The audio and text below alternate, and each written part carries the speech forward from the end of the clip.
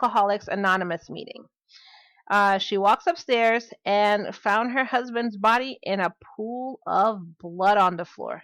She saw the metal baseball bat laying about 5 feet from him, and she freaked the frick out. And she ran to the neighbor's house and dialed 911. So cops were dispatched. They came out, and they saw the crime scene and everything. And so they questioned her about her whereabouts. Like, where were you at this time? What were you doing?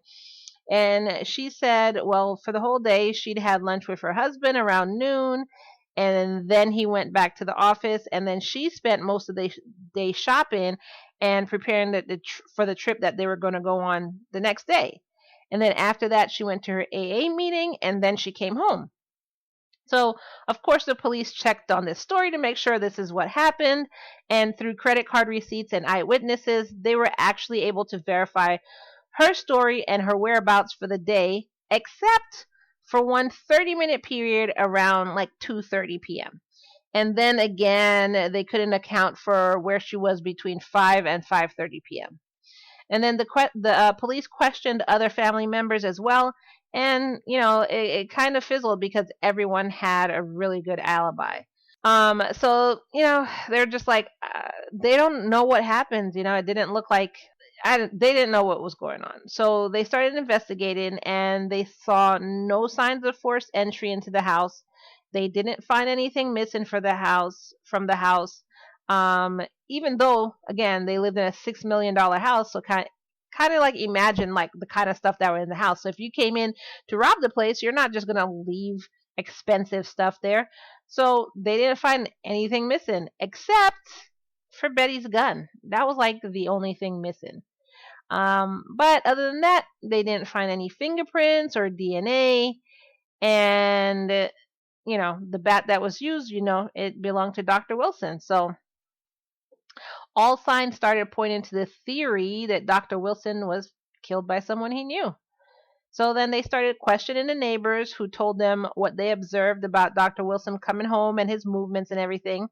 And they just didn't know where to go from there. The police were just stumped. Like everybody has an alibi, family, friends, his wife.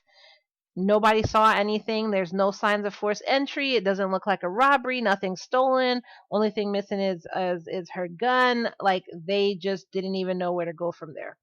So they went ahead and performed an autopsy on Dr. Wilson, and the reports showed that his right shoulder, his skull, his hyoid bone, I think that's what it's called, his hyoid bone, and both of his arms were fractured.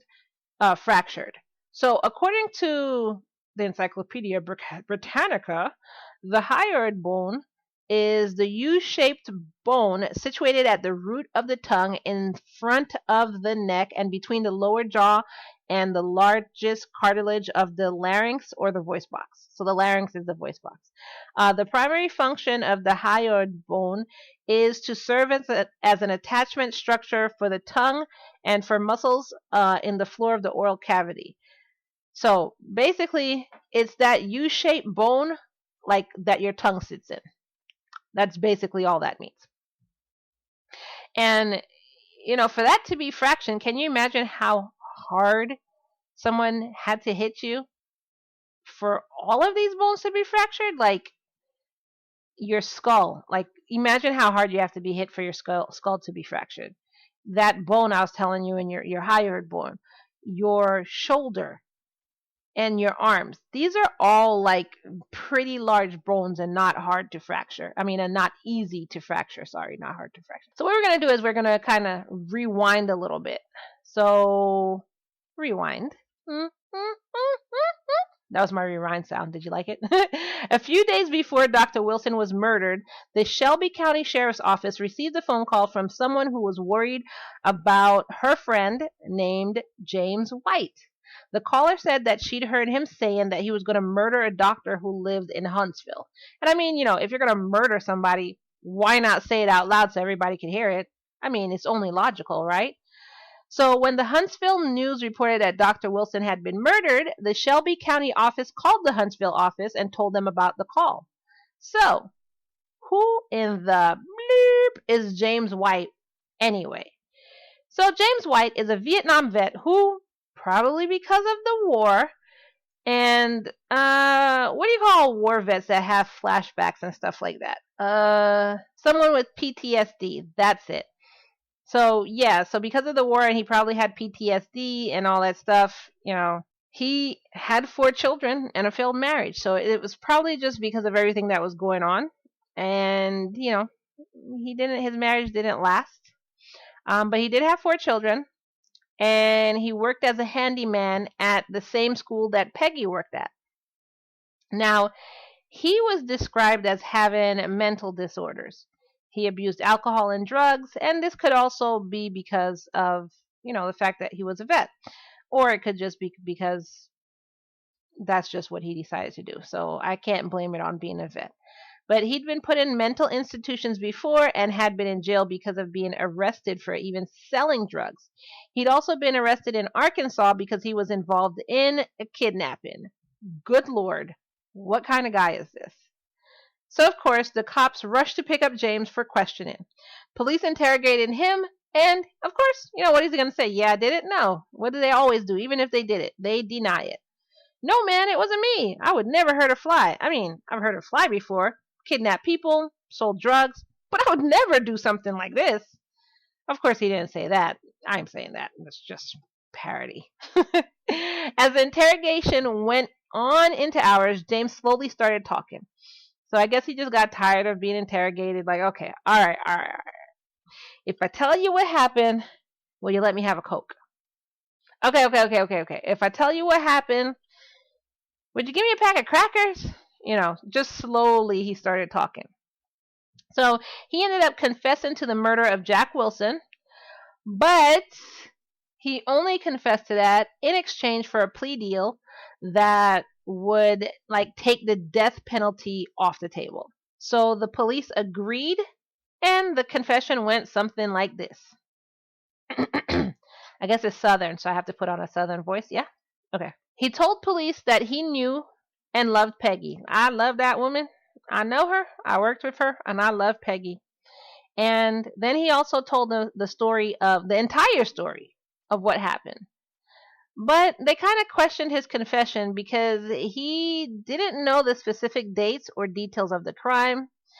But the most shocking part of his confession was that he said that he had been hired to kill Dr. Wilson by the twins.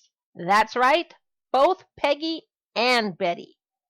James said that he met Peggy because they both worked at the same school, and he did some work for her also.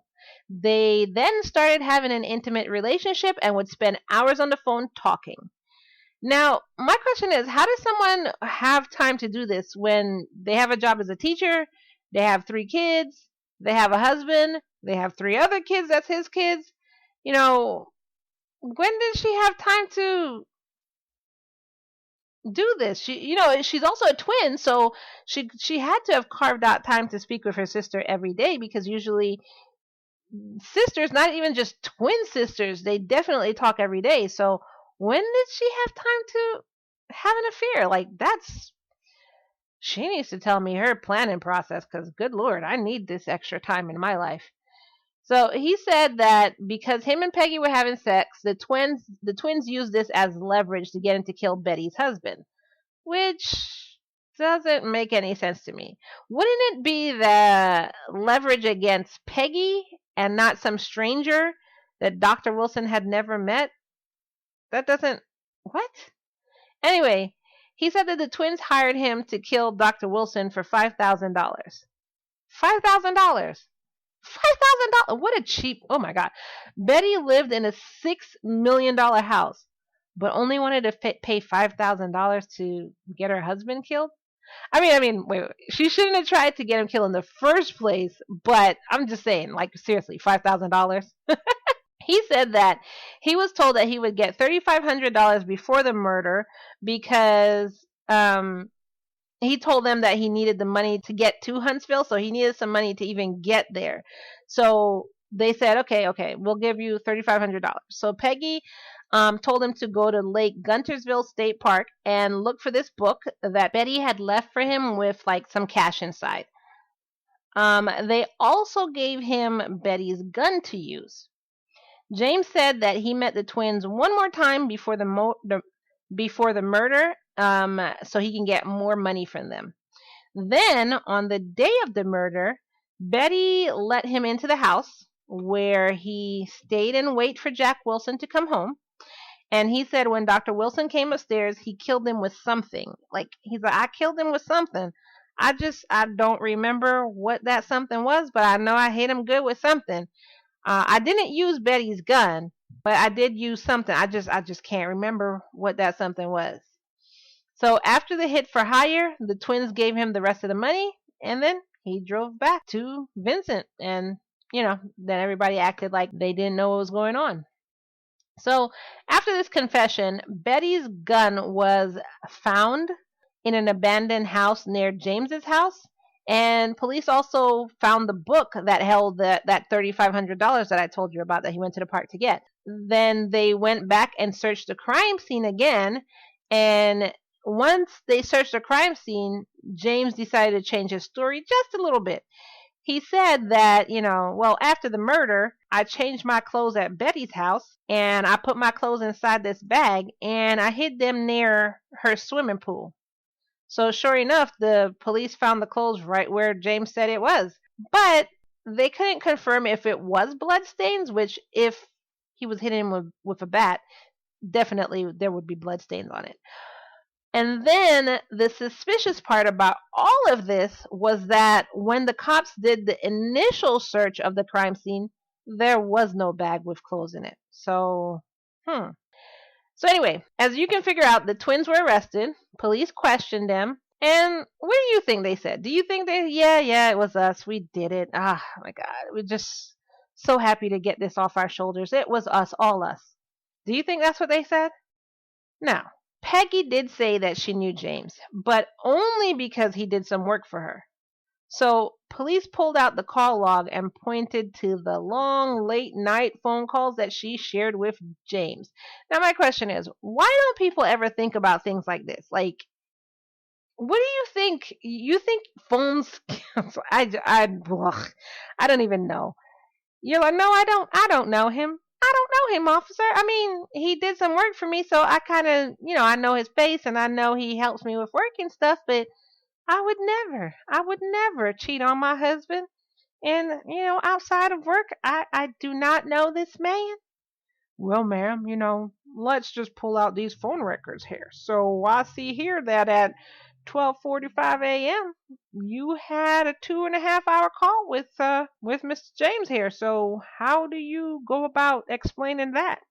Again, parody. That's not what happened. After they showed her this phone call, she was like, oh, those calls? No, you're mistaken. I was only talking to him because, he was having a difficult family situation. This is what he was going through, and I was just here to help him through it. So that's the only reason I was talking to him on the phone. Like, really? Really? So the cops were like, oh, okay, well, oh, that makes sense, but answer me this one. Why did he have Betty's gun on him? So then Betty said, well, that was stolen from me, and James must have done it. I mean, makes sense, right? So as the investigation went on, it actually was discovered that Betty's life wasn't as perfect as she made it out to seem. There were rumors flying around that she was a gold digger. There were rumors flying around that she wasn't happy with her marriage. I mean, duh, right?